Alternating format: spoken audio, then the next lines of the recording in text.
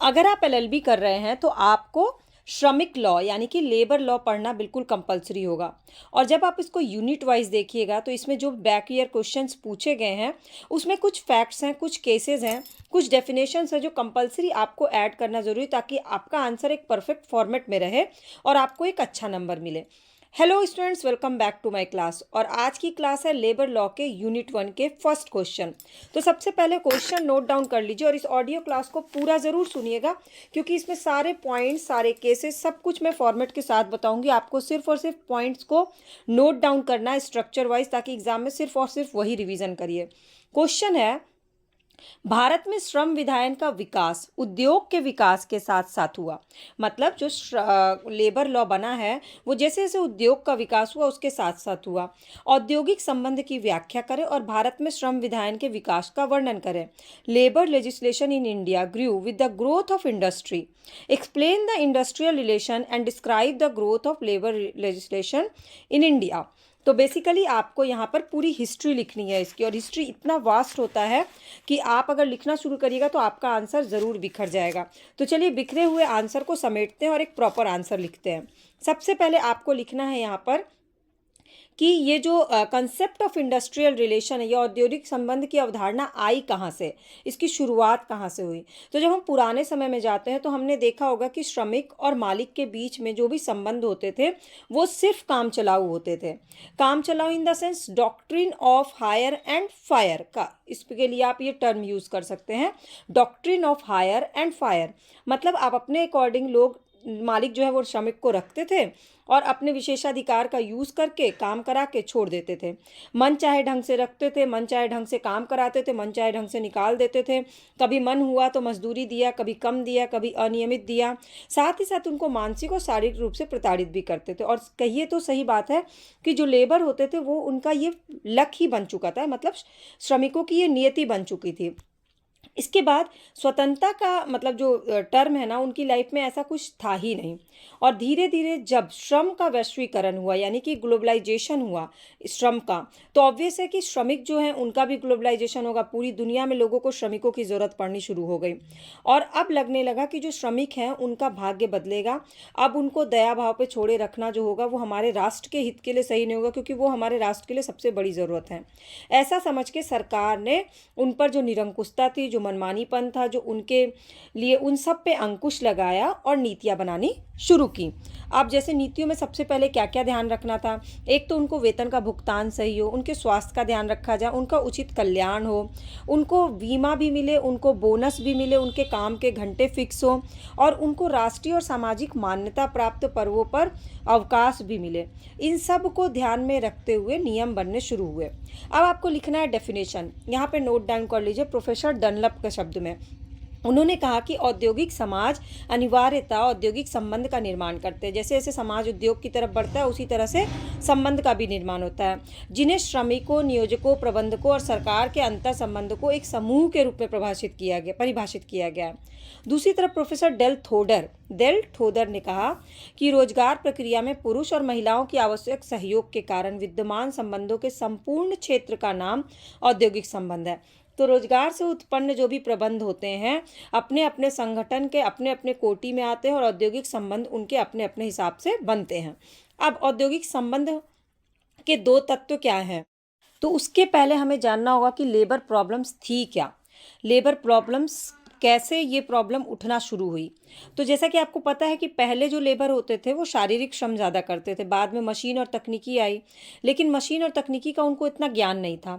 और मानव इस ऐसे में जो मालिक होते थे वो मानव जो श्रम कर रहा है, ह्यूमन लेबर जो है, उनको वो लोग महत्व नहीं देते थे। उनको लगता था कि ये जो कर्मकार हैं ये लोग गरीब हैं, अशिक्षित हैं, इनमें ना मशीनरी की जो नॉलेज है ना तकनीकी ज्ञान है, तो इसीलिए उनकी कोई सामाजिक स्टेटस नहीं थी। ओवरऑल उनकी दशा जो थी वो दयनीय थी और इसी का फ़ायदा उठा के मालिक जो है अपने शर्तों के अनुसार उनसे काम लेते थे, उनको काम करवाने के लिए बाध्य करते थे। और सबसे बड़ी बात है कि सरकार और न्यायालय दोनों ने इन बातों पे ध्यान नहीं दिया और ये समस्या बहुत बढ़ती गई और अब इसका इफेक्ट जो है वो जो सोसाइटी पे पड़ने लगा। तो फिर कुछ समाज सेवी संस्थाएं जैसे भारत सेवक समाज, सर्वेंट्स ऑफ इंडियन सोसाइटी, समाज सेवा लीग, सोशल सर्विस लीग और कुछ औद्योगिक सामाजिक कार्यकर्ताओं ने इन बुराइयों को देखना शुरू किया और इसका विरोध करना शुरू किया। शुरुआत में उन्होंने जब विरोध किया तो मजदूरों ने भी उनका साथ नहीं दिया। बाद में कर्मकारों ने भी देखा कि नहीं, ये हमारे ही अधिकारों के लिए लड़ रहे हैं, तो कर्मकारों ने भी अपना संघ बनाना शुरू कर दिया। और अब क्या हुआ, अब वो विरोध करने लगे, श्रम कल्याण के लिए आवाज़ उठाने लगे। और जब ये बार बार आवाज़ उठाने लगे तो सरकार का ध्यान इन समस्याओं पर गया और उनको भी, सरकार को भी ये समझ में आया कि अगर बार बार कोई भी चीज़ ऐसी होगी तो ये हमारे राजनीति, हमारी सामाजिक स्थिति, हमारे आर्थिक स्थिति के लिए खतरा है, इसलिए इसका कोई समाधान निकालना बहुत ज़रूरी है, क्योंकि ये बार बार औद्योगिक विवाद हो रहे थे। फिर सरकार ने कारखानों में सबसे पहले जाकर श्रमिकों की दशा देखी, उसमें क्या क्या सुधार की जरूरत है ये देखी। श्रम और पूंजी एक दूसरे का सहयोग कर ऐसा हो और कुछ ऐसा हो कि सामाजिक और न्याय और सामाजिक सुरक्षा दोनों हो सके। तो फिर बनना शुरू हुआ भारत में श्रम नीति। तो ये जो श्रम संबंधी नीति है, इसकी सबसे पहले शुरुआत कहाँ हुई, इंग्लैंड में हुई, क्योंकि प्रारंभ में जो शुरुआत में श्रम संघ का जो रूप था वो श्रमिक क्लब, रात्रि क्लब, शिकायत कमेटी या हड़ताल समिति के रूप में होता था कि किसी विशेष आवश्यकता पर ही उसको गठित किया जाता था और इसकी उत्पत्ति की एक समय सीमा होती थी, उस समय तक वो लोग काम करते थे और फिर खत्म हो जाता था। पंचायत के द्वारा उनका समस्या का विवाद को सुझाव दे दिया जाता था। पर भारत में श्रम संघ का प्रादुर्भाव बेसिकली प्रथम विश्व युद्ध के बाद हुआ, फर्स्ट वर्ल्ड वॉर के बाद। तो भारत में पहला सूती मिल की स्थापना कब हुई, 1818 में, 1818 में। पर औद्योगिक प्रतिष्ठान प्रणाली के आधार पर 1851 में इसमें उत्पादन शुरू हुआ। स्थापना भले 1818 में हुई, लेकिन इसमें कब शुरू हुआ उत्पादन, 1851 में। फिर दूसरी तरफ औद्योगिक प्रतिष्ठान प्रणाली द्वारा उत्पन्न समस्या के कारण 1857 में बॉम्बे फैक्ट्री कमीशन की स्थापना की गई। ये फैक्ट्स हैं, इसको नोट डाउन कर लीजिएगा और अपने आंसर में इसको इंक्लूड जरूर करिएगा। तो 1857 में क्या हुआ, बॉम्बे फैक्ट्री कमीशन की स्थापना हुई और पहली रेल लाइन 1852 में बिछाई गई। फिर मालिकों ने महिला श्रमिक और बाल श्रमिक को रात दिन काम लेना आरंभ कर दिया, जो शोषण का चरम स्थिति हो गया था। धीरे धीरे श्रमिक की स्थिति अत्यंत बहुत ही ज़्यादा अमानवीय हो गई, क्योंकि जैसे जैसे उद्योग का विस्तार हुआ, मानव श्रम की, ह्यूमन लेबर की बहुत ज़्यादा ज़रूरत पड़ गई। काम उनसे करवाया जाता पर उनको वेतन बहुत कम दिया जा रहा था। भुगतान संबंधी बहुत सारी समस्याएं थी, चाहे कुशल श्रमिक हो चाहे अकुशल। अब क्या हुआ कि धीरे धीरे जो उद्योग है उनका वैश्वीकरण होने लगा। वैश्वीकरण कैसे होता है, मतलब श्रमिक एक देश से दूसरे देश ले जाए जाने लगे और भारत में जो ह्यूमन लेबर जो है वो बहुत सस्ता था और बहुत ज़्यादा मात्रा में था।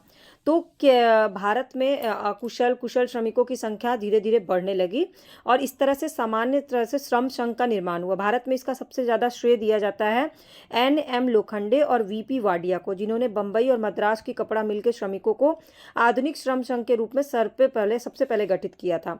फिर 1922 में महात्मा गांधी के निर्देशन में मजदूर महाजन संघ का निर्माण हुआ।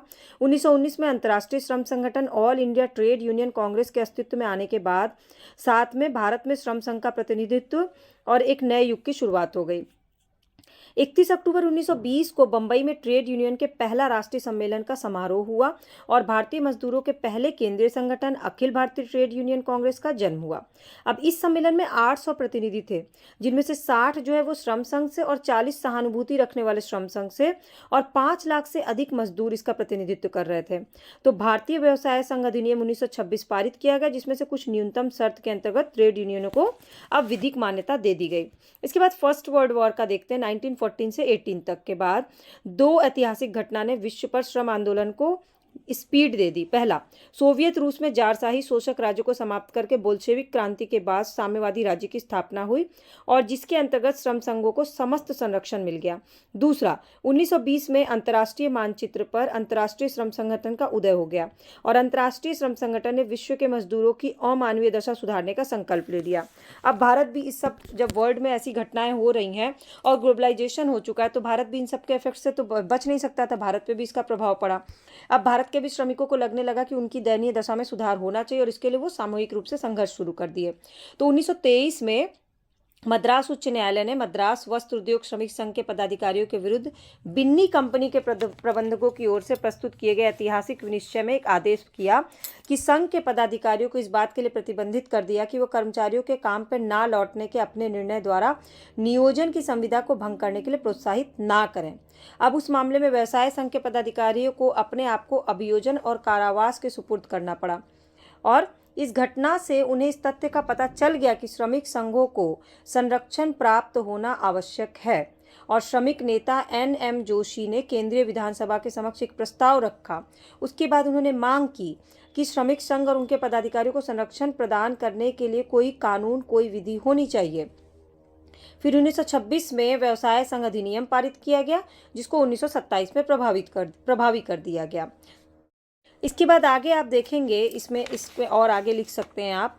1927 तक तो हमने देख लिया। उसके बाद ये अधिनियम 1929 से 1947 के संशोधन अधिनियम के द्वारा कुछ कुछ परिवर्तित करके चलते रहे, और इसके बाद स्थायी श्रम समिति द्वारा किए गए सुझाव के आधार पर एक व्यवसाय संघ विधेयक 1950 में भारतीय संसद के समक्ष रखा गया, जिसमें नियोजकों द्वारा श्रम संघ को मान्यता देने संबंधी नवीन उपबंध डाले गए, पर किसी कारण से विधेयक जो है वो पारित नहीं किया जा सका। अब इसके बाद आता है बोनस भुगतान अधिनियम 1965, जो कि बहुत इंपॉर्टेंट है। संसद में पारित किया गया और जिसमें कर्मकारों को बोनस दिए जाने संबंधी नियम बनाए गए। अब ये नियम क्या थे? पहला, राज्य को परिवर्तन और कल्याणकारी कार्यक्रम के लिए उत्प्रेरक के रूप में तथा सामुदायिक हित के अभिरक्षक के रूप में मान्यता दी जाए। यहाँ पे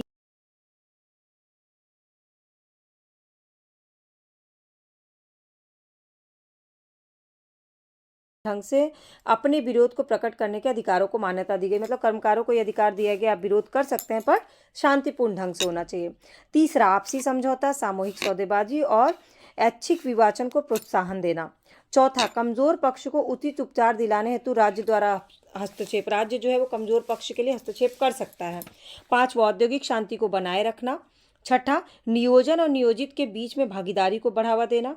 सातवां, उचित मजदूरी और सामाजिक सुरक्षा। आठवां, उत्पादन और उत्पादकता को बढ़ावा देने में सहयोग कर। अब आप लास्ट में क्या करोगे? लिखोगे कि ये जो औद्योगिक संबंध है इसके दो तत्व हैं, एक तो सहयोग द्वारा और एक संघर्ष द्वारा। संघर्ष लोग अपने अपने हित के संरक्षण के लिए करते हैं। कामगार अच्छी सेवा दशाएं के लिए, कल्याण के लिए, अपने स्वास्थ्य के लिए, अपने पेंशन के लिए, अपने फंड, अपने बोनस, अपने ग्रेच्युटी की मांग के लिए हड़ताल, घेराव, बंद या धरने का हथियार का इस्तेमाल करते हैं। और वास्तव में लोक और राष्ट्र हित में दोनों में के हितों में सामंजस्य स्थापित किए जाने की अब जरूरत हो गई थी, क्योंकि औद्योगिक विकास हो रहा था, उद्योगों का उत्पादन से राष्ट्र की उन्नति हो रही थी।